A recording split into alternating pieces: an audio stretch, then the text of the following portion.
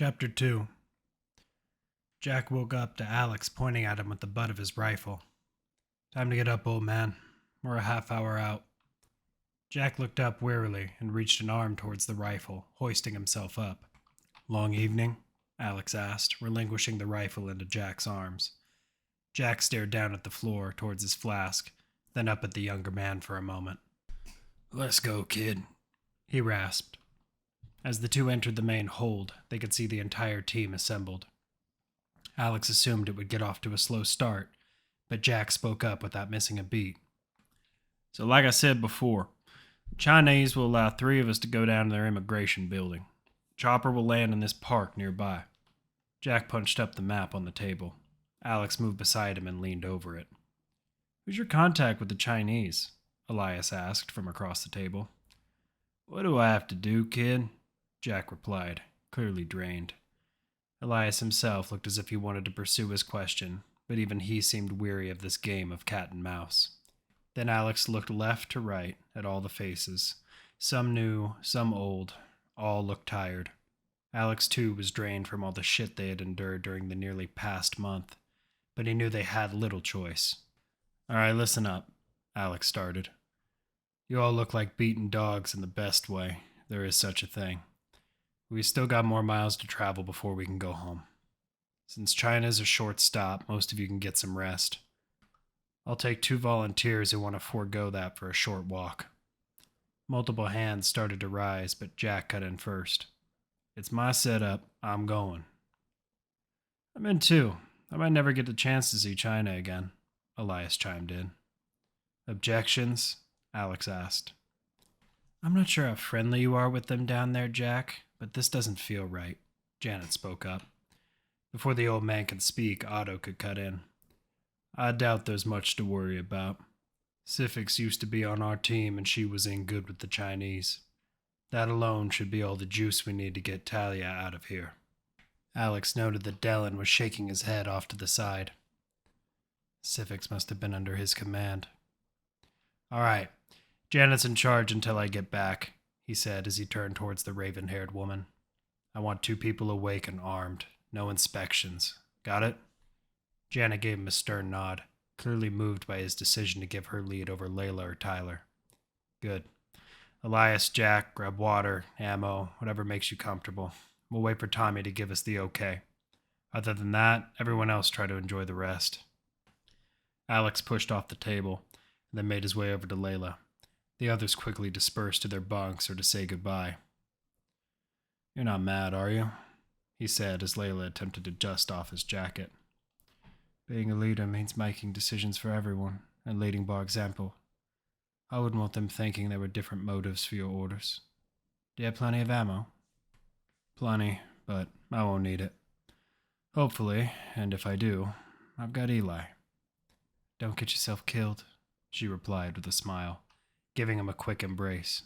"I'll watch you go." Layla gently pulled away and held on to the metal bars nearby. Alex glanced over and saw Janet speaking with Eli much in the same manner.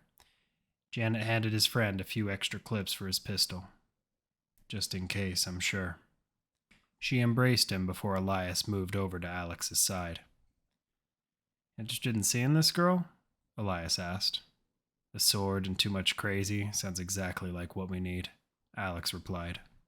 He reached into a jacket pocket and pulled a gun and cigarette out and passed it to Elias. "I suppose some things need to be seen to be believed.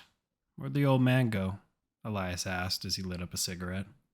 "Probably filling up his flask," Alex replied. "Yeah, it's nothing new." "I'm not sure how I feel about this, Alex." "Don't tell me you're afraid." "Cautious. We've had numbers up to now," Elias puffed. "They've got no reason to do anything to us, and Jack's done well, despite his behaviors. Just bear with it for a little while longer." Elias took a drag and then passed the smoke over to Alex. "What's it like having all this pressure, man?" Elias asked, looking through the port window and exhaling smoke. Alex could see small lit-up towns from the chopper's viewports, and buildings that rivaled the dark skyscrapers back in New Purgatory. Beijing had been devastated, but here it was enduring. "Pressure's on all of us. I'm just doing my best to keep it hidden," Alex went to pass the smoke back, but Eli refused. Alex took another drag and dropped it onto the floor grating, stomping it out. The ramp descended as the hell chopper neared the ground. Once it touched down, Alex was the first to disembark, flanked closely by Eli and Jack. An overweight Chinese man in a fine suit waved them down. He was covered by 2 armed and armored guards. "Which one of you is Jack?" the man asked in heavily accented English. "That's me, Tran. Civic said I could use you if I needed anything," the old man said. "Civic has been dead for a long time, American, but I owe her more than one favor." Jack gave him a nod, but Alex didn't like the response. It sounded more sinister than helpful. He noticed that the old man didn't seem too perturbed, so he shelved that feeling. "Where are we going?" Jack asked.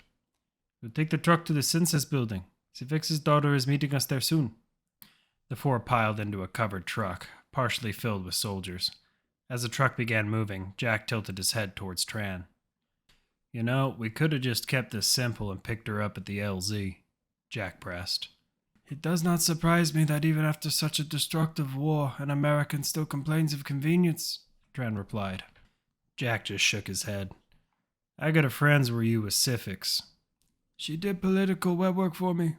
It's a shame her life was wasted on your failure." Alex's heart rate spiked at that comment. Even if this was a contact, how did he know that much about Jack? "I guess I shouldn't be surprised you found out. What, she leave a log in her footlocker?" Jack replied coldly. "For her family and her country. She was very defensive of you. I wonder how she would feel right now." "All right, we don't have to talk," Elias said, breaking up the intensity between the two. "Let's all just sit back and enjoy the ride. It's a nice city, Mr. Tran." "Your kindness is unnecessary but welcome. Our people have made great strides since the war. The council has granted us many privileges." "I wonder how your friends in Russia are faring," Jack quipped, his attention focused off in the distance. Alex was staring needles at the old man. His way of diplomacy might have worked back home, but they weren't home. "What can you tell me about Talia?" Alex asked. Tran met Alex's gaze with a disgusted look. "She is a zealot. I believe your word for it is blasphemous. She believes she is a weapon of the Christian God. The reality is she's remarkably athletic and prefers the sword and small arms. Recently she's been operating in neighboring cities." Another answer Alex didn't like. Still, it made him breathe in a sigh of relief. At least one of Jack's reports were right. "How's the fight around the border going? It doesn't look like you've shuffled too much of your military around," Elias asked. "Far easier than after the war. At first we had no issue letting the Indian people in to aid us in our rebuild. Many became construction workers and members of our military, though when we found that many of our people had survived the war, we no longer needed foreign aid. So we set up guard posts along the border," Tran explained. "Guard posts?" Alex asked. "Yes, they allow us to keep minimal forces to the south. They handle immigration." "How do they handle that?" Eli pressed. Tran did not reply, but instead pointed at the rifle being held by the soldier sitting across from him. The truck came to a slow in front of a well-kept building near a park square. Tran and his men filed out first, followed by Alex, Jack, and Eli. "She should be waiting for us inside," Tran said, extending out an arm towards the stairs. Alex went on up, followed by Tran and his team. The inside of the building could have been out of the old world. The walls were red. The carpet was red. Anything that could be colored like a fire extinguisher was, and it was all very well maintained. "Would it hurt to put some other colors in here? My eyes hurt," Jack complained, reaching for one of the red placards surrounding a photo. "I imagine you've seen plenty of shades of red in your life, Captain Newsom," Tran replied sarcastically. The smaller man led them into an empty conference room. "You will wait here. I will return with her soon." Tran slammed the door as he left. The old man moved to the head of the table. 10 to 1 he left his men at the door, Jack said. Eli seemed busy examining the paraphernalia in the room, and Alex had his feet up on the table. "I wouldn't want you snooping around my house," Eli replied, giving the old man a quick glance back. "What's this?" Eli held up a glass sphere. There were little white flakes floating around inside. "A snow globe," Jack commented. "They are, at least they were, mementos from back in the old days." The younger man shook it around and watched the whiteness slowly swirl before finally falling to the bottom. Inside was the model of a child, warmly clothed, rolling the snow into a large ball. When all the flakes fell to the bottom, he gave it another shake and then put it back on the table. "You two want to change the world," Eli said sarcastically. "I think I just want one of these." The other two men didn't laugh. Alex almost looked like he was falling asleep in his chair. "Hell, Alex, you should have sent Layla down. You look rough," Eli said. Alex managed a half smile as he looked at his best friend. "I feel rough, but so does everyone else. I'll get some sleep on the way home." "Time to head back already?" Eli asked. "I don't know. Jack?" Alex said, glancing over at the old man. "This should be it. Welcome to the bottom of the barrel, boys." "What's it been, a month?" Elias asked. "Just about," Alex replied. "I guess getting our asses shot off and hunted halfway around the world really makes time fly." The door burst open at that moment. Tran and 4 more guards moved into the room. Alex and Elias immediately grabbed their weapons and aimed towards the door. Jack reached instead for his dented flask. "Lower your weapons. I don't want you staining my floor," Tran commanded. "I thought you owed Sifix a favor, Tran," Jack said as he swigged from the flask before putting it back. "I owe her more than one. First, for you turning her into an international terrorist like you did these children, and second, for getting her attacked by one of our strongest allies. Morrison has the backing of the council to make your entire team a pariah. But that wasn't all, Jack. Your whole reason for being here. Talia is what drew my attention. Where is she?" "She's not here?" Jack asked. "Why would our most wanted criminal turn herself over like you so easily did?" Tran yelled in anger. Alex's heart felt like Dell had pumped adrenaline right into his system. He was done listening. He fired a round into Tran's head, knocking the overweight man into his soldiers. Elias and Alex unloaded their weapons on the pile, then moved to the outer hall. "We're going to be swarmed here in a minute, boys. Let's go," Jack yelled, racing towards the corner of the hall. An alarm in the fire extinguishing system began going off, hosing them down in water. Chinese soldiers appeared at the bottom of the steps, though they had trouble seeing through the spray and did not fire. "Get Tommy up in the air," Eli yelled to Alex. Elias jumped on the slippery railing and raised his gun, blowing away the surprised soldiers in 3 pulls of the trigger. He landed back on the floor on his feet, crouching and firing several more rounds off in the first direction he saw. Jack was hurrying down the stairs, his rifle raised high in the air. "Janet, get the bird up, now," Alex yelled into his comm. "Alex, it's Tommy. The Ice Queen's a little busy with the Chinese soldiers charging up our ramp." Alex could see bullets whizzing past Eli and Jack. They needed to move soon. "Just get the fuck up in the air. We'll try to find you," Alex yelled. He rushed down after the other two, trying not to slip or fall over his own feet. There were bodies piling up on both sides of their flanks, but Jack had an ace in the hole. "Stanger out," the old man yelled, tossing the shrapnel grenade towards the densely packed soldiers. Shards of metal coated the walls in blood, but gave the team the opportunity to gain ground. "An easy run, in and out," Alex yelled as water streamed down his face. Jack didn't reply. He just kept his eyes down his sights, aiming to kill more of the soldiers rushing on their position. Alex could see another stairwell just ahead. Jack must have seen it too, as he lobbed another stinger towards a group of oncoming Chinese. Elias moved first, foot after foot along the wall. He was waiting for anyone dumb enough to round the corner. "Clear," he yelled as he reached the railing. Elias could see the other building tenants were scurrying around, unknowing of the situation unfolding around them. If the soldiers had to deal with the people, he thought, it would give them a few valuable moments. Alex and Jack came to his side, both with their backs to the wall. "Doesn't sound clear," the old man said, reaching for another stinger. "Are you crazy?" Elias pulled down the older man's arm. "Just because they think we're terrorists doesn't mean we have to prove their point. These are civilians down here." Jack ripped his arm out from Eli's grip.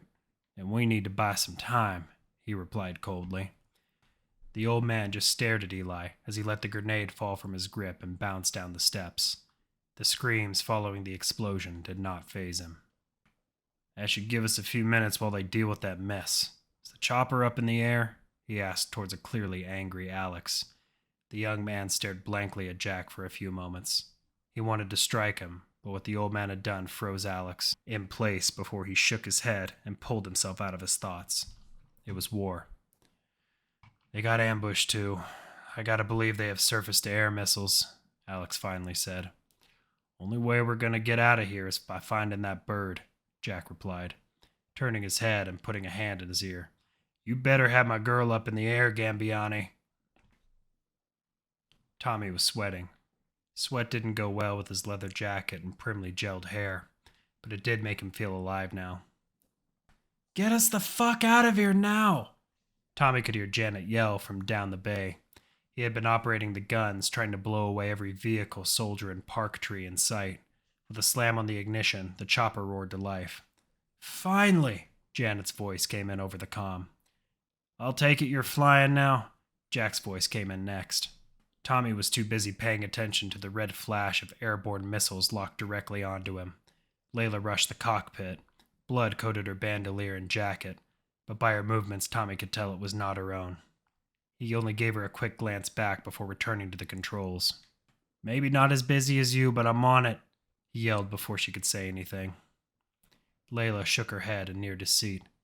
What the fuck are the explosions about? She yelled in his ear. He swung the stick hard to the left. One of the red flashes stopped. Layla had nearly fallen to the ground by the force of the turn. She looked up and out of the cockpit window to see an explosion directly in front of them. We got 3 more just like that, Tommy said, giving her a longer glance back. Might want to tell everybody to strap in. Layla pulled herself up, now noticing the flashes illuminating on the consoles around Tommy. The realization that they had walked into a trap finally sank in. She chose to stop thinking and rush for the main bay where most of the crew stood, beaten by the sneak attack. What's going on, Blondie? Janet asked, her rifle resting on her shoulder. You were right, she replied weakly, knowing her fate was now out of her hands. The trio had moved to the ground floor, where they saw more people racing to escape from the building. As they reached the main exits, more military vehicles filled up with Chinese soldiers. Hope you got another stinger, Elias said, bringing his pistol close to his face. Otherwise this will be a real short walk. Just one, the old man replied, tossing it up and down like a baseball. Wait until they come to the door. We can use the front desk as cover, Elias ordered. They made their way to the desk and bounded over it. Jack kept his head propped slightly up as he waited for the first uniform to kick in the glass door. You're pretty eager for me to use this now, the old man mocked. Different situation. Stop fucking around, Elias replied. As Jack turned his head, he saw 2 soldiers already inside, though they had yet to see him. He crouched lower, then hawked the stinger hard over his shoulder. When the explosion sent bodies and glass crashing, the team stood and unloaded on the wounded, and surprised soldiers in the doorway. Elias used his agility to jump on top of the table and rain bullets down from there. Alex and Jack advanced on the soldiers that remained. Despite the facade of their large cities and stunning population, the soldiers were poorly trained. Alex pierced the shoulder of a nearby trooper. The man fell to the ground hard. He heard Elias jump down behind them. The Chinese were falling back to the alleyways. Spread out to the vehicles, Alex yelled. He wondered if he could hotwire one of the trucks, but they would be too easy to follow, and he didn't know these roads. He threw his back to the end of the truck, glancing towards the alleyway and another truck where Jack and Eli had taken up position. Only now, while the soldiers were retreating and likely regrouping, could he look to the sky. Bullets began flying by him again, but he was too focused on the hell chopper evading streams of light in the early evening sunset. Alex? Elias yelled out, snapping his friend to attention as a trooper rounded his truck. Alex drove a hard kick that sent the smaller man on his ass and then squeezed off 2 rounds into his chest. What's going on? Eli yelled, firing off more rounds. The Chinese were now deeply entrenched in 2 alleyways with reinforcements they would find a way around soon. Chopper's busy, Alex yelled back, pointing a finger upwards. Eli pulled back to cover and raised his head. The hell chopper pulled a jerk downward, evading a burst of light that exploded just to its side. Another was close and another was closing in, illuminating the darkest part of the sky with its distance. Eli ejected his clip and went to throw in another. As he reached into his jacket pocket, he could only feel two left, the ones Janet had given to him. That's what I get for ill preparation. He grabbed one and loaded it into his pistol. Eli was done waiting around for more soldiers to close in on them. He gave their surroundings a quick appraisal while the old man picked up his slack. They kept up a dangerous kill zone, but Eli knew the other two had to be running low on ammo as well. There were non-military vehicles around, though their durability was questionable. Then he saw a truck with a long bed, perfect for cover while one of them drove. "We have to take that pickup," Eli said into his comm. "Get it wired, Alex. We'll watch your back." Elias sprinted over to Alex's position, pistol raised and blasting at more courageous and now dead Chinese soldiers. Half the team watched from the viewport as the rocket neared the port side. "Now!" they all yelled out. The inertia from cutting downwards so hard knocked them all to the ground. "It's too close!" yelled Tommy's voice over the intercom. Then there was an explosion. It knocked the crew back to the floor and the chopper off balance. Tommy fought to keep the sweat and grease from his eyes as he looked over the readouts from the bird. "Engine 3's running on fumes. One more shake and it's done. Engine 4 is out." He stared at the single blinking red light. There wasn't enough engine power for another hard cut. He debated cutting the rest of the engines and letting the brick drop, possibly evading the last missile. He also knew that engines that took this much of a beating had no guarantee of coming back online. Explosive cremation, a drop into a metal grave. Tommy tried to bring the bird about. The light flashed quicker as the missile approached, but Tommy only had one trick left. Alex singed his fingertips on the pickup's exposed wiring as he worked to start her up. The explosion in the night sky pulled his attention away immediately. Tommy had brought the weak end of the chopper up to bear with the missile. With no way to maneuver, he let it slam into the port side, just under one of the wings. "No!" Alex screamed out, expecting to see hot pieces of metal falling from the sky. When the smoke cleared, just beyond the explosion, the hell chopper was revealed. It was battered and burning, but still gliding. "Gotta put it down, Alex. South!" Tommy's voice cut in through the static. "Hull's falling apart." "Where?" "Follow the reply cut out. Alex turned his attention back to the wires, and the truck hummed to life. "I got it," he said over the comm. As he sat up, he watched Eli and Jack sprinting for the truck, waving for him to get it moving. He felt the loud thud of the two men jumping onto the bed. Alex didn't stop to let the soldiers catch up. His foot pounded the gas pedal into the flooring. The tires squealed loudly over the gunfire. The road ahead was empty. The side streets had likely cleared when the first shots went off. The truck plowed through cars that were extended out onto the road. Alex gave another quick glance back towards the bed. Eli and Jack held tight while eyeballing targets. The truck labored down the roadway, leaving behind the soldiers who were running back towards their own vehicles. Alex took a sharp right, slamming the side of the truck into more parked cars. "Fuck!" he heard behind him. Eli nearly lost balance.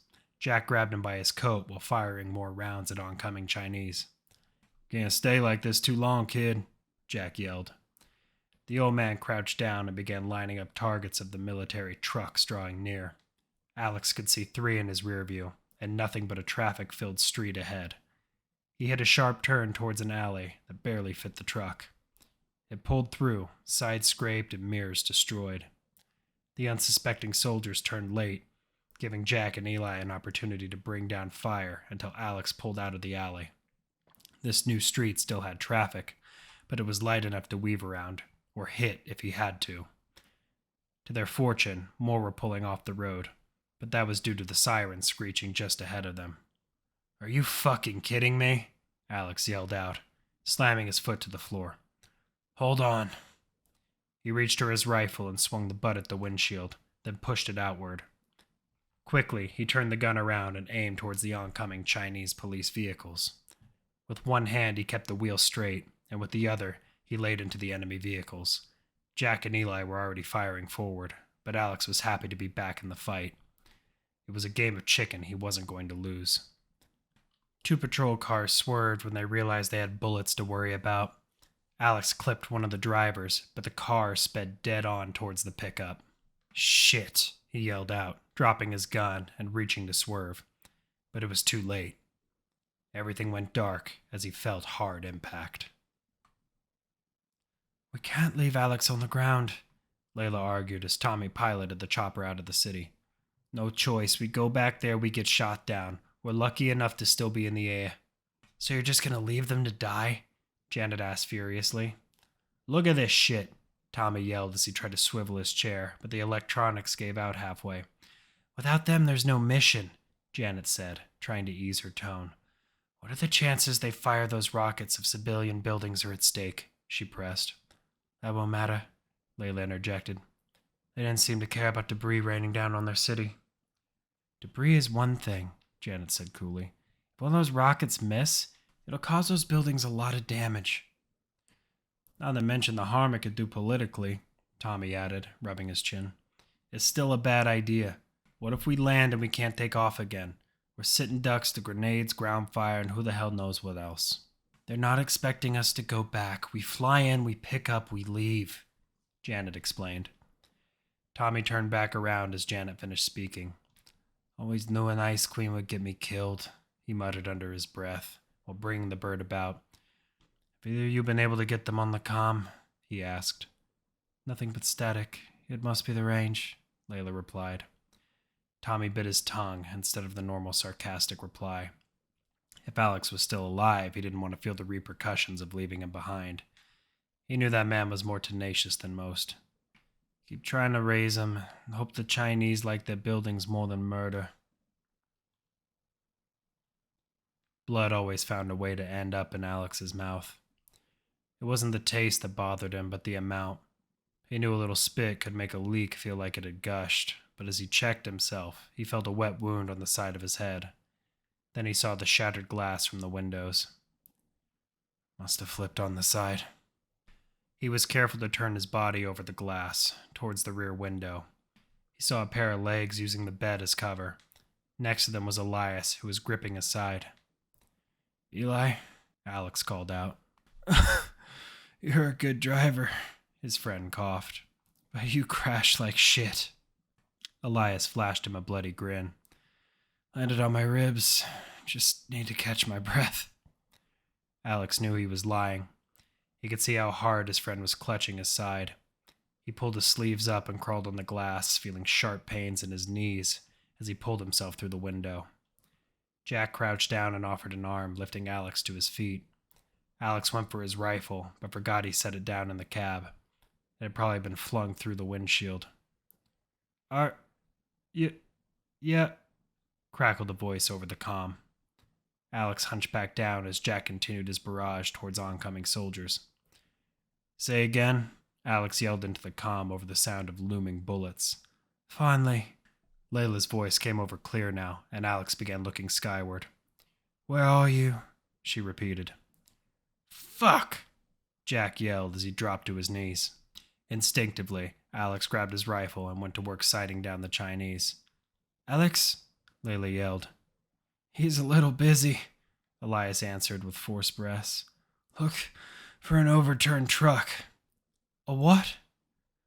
"An overturned fucking truck," Jack yelled into the comm, pulling himself back up. From inside his coat, he unholstered a pistol and joined Alex in keeping the Infinite Force pinned down. "Talk to me, Eli. Can you move?" Alex asked, ducking down to reload his last clip. "Don't have much of a choice, right?" his friend replied, forcing himself up with one arm. Alex hurried to his side for balance. He could feel wetness seeping onto his arm. When he looked down, he saw that Eli had done more than cracked a rib. Shit. He tried to keep a straight face for his friend. It was as bad a wound as Alex had ever seen. His bones had pierced through the skin. "We'll get you to Dellin soon. Just hold on." Smog. Shea Vito was not a man who found himself fond of polluted environments, less so one that was still irradiated. China was starkly different than his home in Australia, but what it needed from him was not. He had been watching when 3 of the Crusaders, he assumed to be their leadership, fought their way out to the immigration offices. There were several brilliant opportunities to strike there, for an amateur. The grenades that preceded the trio's escape would have shred a less skilled assassin. The many scars that coated his face and armor were enough to relay his experience to any prospective employer. If that wasn't enough, his impressive list of successful kills was. Vito was not a man for boasting. He felt his perfect record spoke enough volume. When that failed, there was always his parang. The blade had cut through more brush and bone than its creator intended, but Vito couldn't find a better blade. At range, he preferred small arms. It was easier to place oneself closer to the target in his mind. He was hitching a ride with one of the military vehicles, attempting to move in on the rebels' location. "Hey, any idea what the situation is ahead?" His voice boomed towards who he assumed was the commander. "Why are you here, mercenary?"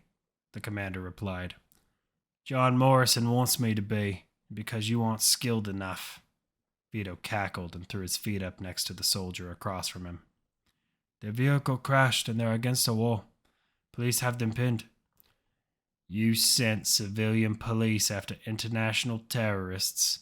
Are you people goddamn stupid?" Vito said, stifling the want to laugh. "They're not your concern," the commander snapped back. "Quiet now. You talk too much for mercenary."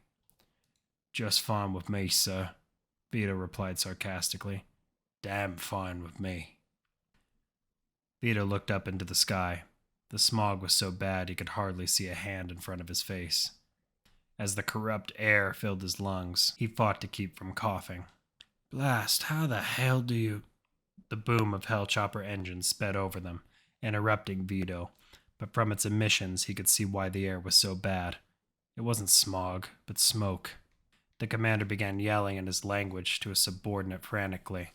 Vito cracked a smile as he watched the birds steer towards their destination with sick satisfaction. Now it's a fair fight. "Fucking bitch is barely holding together, Janet. Get the ramp down," Tommy hollered as he fought with the stick. She turned and raced for the hold where the rest of the squad waited, fully armed. "Otto's up front, the rest of you are support," she yelled as her fist slammed against the ramp control. She held onto the nearby metal railing, hooking her belt to it like a harness. "I see him," Tommy's voice echoed over the loudspeaker. "Chinese got more vehicles moving in." Otto wasted no time firing up his minigun. The parked vehicles took the brunt of his attacks, and he could see bodies falling away. "Alex," Janet yelled into her comm. "What are you waiting for?" Alex yelled back. She sighted down her rifle to the overturned truck. Elias looked as if he was barely standing on his own power. In the moment, she felt anger wash over her. If they did not land, Alex, Jack, and Eli could all die. "Do it, Tommy!" she screamed before switching her focus back to the targets on the ground. Janet took a deep breath, exhaled, and fired round after round into the oncoming soldiers as she felt the slow fall of the ship in her stomach. "Janet Trishella," Mikhail said, moving to her side. "I anticipate your intentions. Allow me to go with you." "Out in the open, those rifles will tear you apart," she replied harshly, sighting down another soldier. Mikhail shifted his eyes. "The team will be lacking ammunition. I am moving to the ground to cover their escape, and yours." As he finished, the chopper hit the ground with a thud. "Everyone else keep us covered from the ramp," Janet yelled before racing forward, the shadow at her flank. Mikhail was flawless in his aim, even while mobile. Soldiers rushed from all sides of the street, though the Hellchopper had cut off the police from deeper in the city. Janet reached the truck first and grabbed Eli, who let all his weight fall on her shoulders. "Couldn't keep safe, could you?" she said, slinging her rifle over her other shoulder.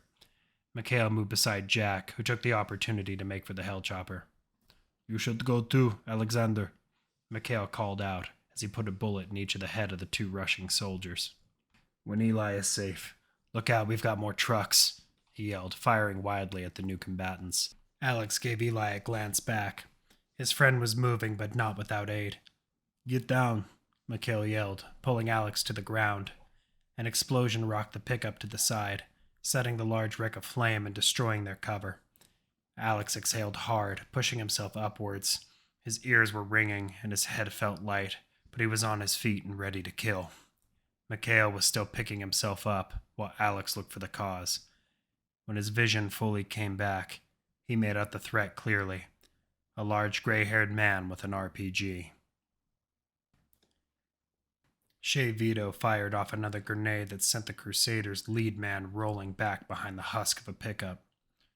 Too easy, he yelled as he shot another towards the escaping pair, but coming up short.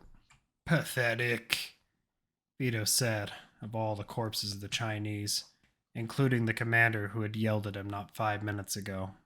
He slung the RPG around his back. The other Chinese were keeping the hellchopper busy, but he could deal with that later. Vito unsheathed his parang and slowly strode over to where the leader lay.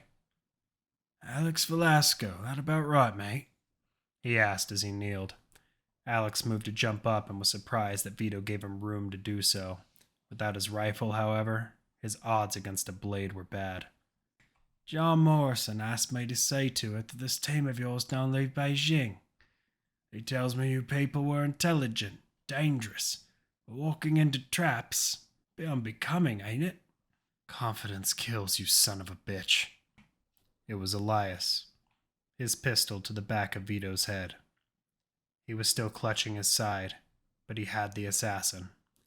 Eli pulled down on his trigger, hard. The pistol clicked. Vito spun hard, blade extended, catching Elias across the chest and launching him to the ground. Eli, Alex yelled out. He froze, defenseless as he watched his best friend cut down in front of him. Mikhail, however, had no fear. With his knife extended, he rushed Vito before the assassin could do any more damage. Mikhail went to thrust, but Vito parried hard by striking the blade downward. The shadow threw a hard left hook and went for another thrust, but Vito took a step back, hoping to catch Mikhail off balance. While the two circled each other, Alex and Janet hurried over to Eli, blood now spilling from his mouth. I'm sorry, Alex, he coughed, splattering blood on Alex's neck. I had him. I know you did, Alex replied. Alex looked back towards the battle. Vito was blocking each of Mikhail's punches with ease, and the length of his parang made it simple to parry each of the shadow's thrusts. We've got to get him back to the chopper, Alex said, beginning to pull his friend's body. Janet stopped him with one arm. I'll do it. Kill that motherfucker, she replied, fighting the anguish that was clear in her voice. Alex gave her a nod. Wait, Eli yelled, pushing his arm up. Alex. When his friend turned around, he let his arm fall back to his waist. Alex kneeled beside his fallen friend. The cut had gone clean through his jacket and armor. Alex couldn't bear to look at the blood soaking Eli's upper body and abdomen, but his friend fought to lift both arms this time. His right held his darkened pistol, and the left an ammo clip. Alex. His name drew from Eli's mouth as slowly as the blood dribbling from his lips. Alex managed a weak smile toward the man he had grown up with for 10 years. Eli coughed up more blood as he placed the weapon in Alex's hands. I knew, Eli said above the gurgling in his throat. I knew. Elias's arms went limp by his side, and his eyes faded away. Not bad, Russian, Vito said, blocking another punch and thrusting his parang towards the athletic man. Mikhail clashed it to the side with his knife, but this time Vito was ready for the shadow's swing. Vito ducked and drove his elbow into Mikhail's chest, knocking him off his feet. The shadow recovered with a backwards roll, landing in a crouched position. He reached for the silent pistol, holstered near his heart, but Vito was on him. The larger man threw a swift boot to Mikhail's hand, launching the pistol from his grip and right into Alex's hands. Vito's parang was extended towards an unarmed Mikhail. The shadow had sheathed his blade as he rolled. "How's your friend doing?" Vito boasted, bringing the blade closer to the shadow's neck. "You'll join him shortly if you don't step away, you fuck," Alex spat. "Oh, big words from such a tiny pup." Vito threw another kick towards Mikhail, who rolled backwards again. "Get back to the bird," Alex yelled out, throwing the pistol towards Mikhail. Shay, Vito, and Alex circled. Vito still held his blade out, while Alex appeared unarmed. "Now, who the hell are you?" Alex asked as he brought up his fists. Vito dropped his parang to the ground, along with his other weapons, with a single click of his belt buckle. "Shay Vito, a friend of a friend needed vermin exterminated, and you're the rat's head." The large Australian rushed at him, throwing a hammer fist that Alex sidestepped, countering with an elbow to Vito's kidneys. "Hate to tell you're not the first merc Morrison sent after us," Alex replied as the two circled again. Vito reacted angrily to that. He threw his own elbow back towards Alex, followed by a left hook that sent the smaller man to the ground. Vito waited for Alex to pick up his head from the dirt before lifting him up by the front of his combat jacket. "I survived the nuclear holocaust without a goddamn shield. I killed my way across half the new world for the Australian Rangers. I'm no fucking mercenary, you scum," he yelled, throwing Alex's body back to the ground. "You will show me the respect I'm due before this is over." Vito watched, bemused, as Alex tried to pick himself up again. The merc gave a look towards the hell chopper. Vito gave the Russian more credit for his pistol skill as he watched him dead-eye 3 oncoming soldiers without so much as giving them a glance. "Time to wrap this up quickly, then," Vito said to himself as he waltzed towards his blade. The Chinese were getting wasted by the insurgents, but Vito didn't care. They were just a distraction he could use to better do his job. The weathered Australian knelt to pick up his blade when a bullet crashed it out of his hands. Alex was up, this time with Eli's pistol. "Alex, we need to go now." It was Tyler's voice, screaming over the comm. "Come on." Vito mirrored Alex's hard stare as he stood straight up. No more tricks, no more weapons in reach. Vito's head was in the sights of his friend's blackened pistol. "Alex!" Tyler yelled again. Velasco dropped his arm downward and fired 2 shots into Vito's gut, forcing him down. Alex didn't stop to see the damage. He broke out in a dead sprint towards the hell chopper. He wasn't sure if the wounds would kill Vito, but he didn't care. He wanted the man to suffer. Death is too easy. Bullets grazed by him as he reached the bird's ramp. Janet slammed down hard on the ramp control. The team could still hear round after round slamming into the hole. "Tommy," Alex said into the comm tensely. "Was just waiting on you, boss," the pilot replied. The hell chopper began to rumble as its starboard engines came to life. The port side looked like shit.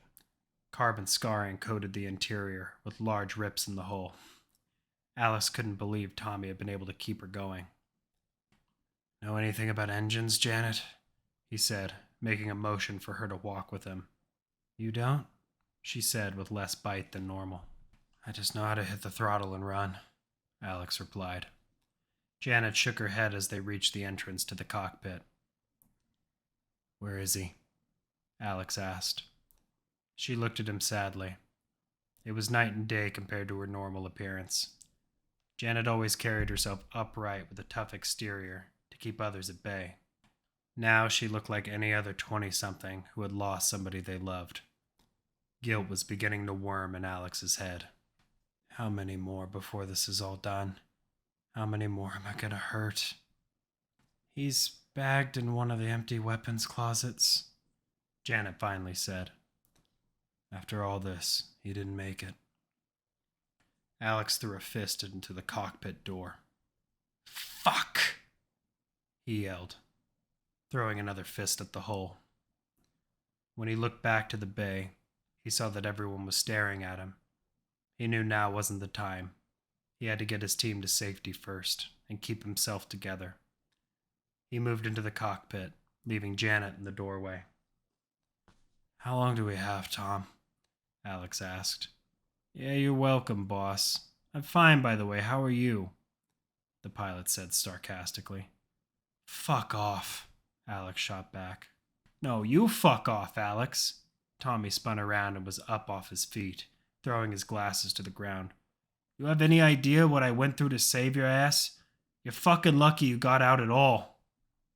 Alex stifled his immediate want to punch the other man's jaw through his skull. I'm doing fine, thanks, Alex replied, staring dead-eyed at his pilot. Tommy shook his head and made back for his seat. There's no timetable. Chances are we'll get blown out of the sky before we can find a place to set down and repair, if we can even find parts. For fuck's sake, you've got to know more than that, Alex pressed. Okay.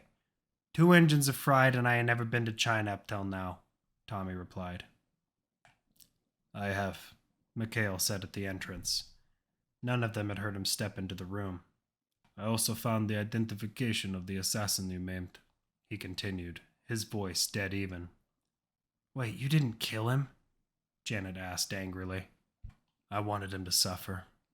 Blasted his gut twice, Alex answered.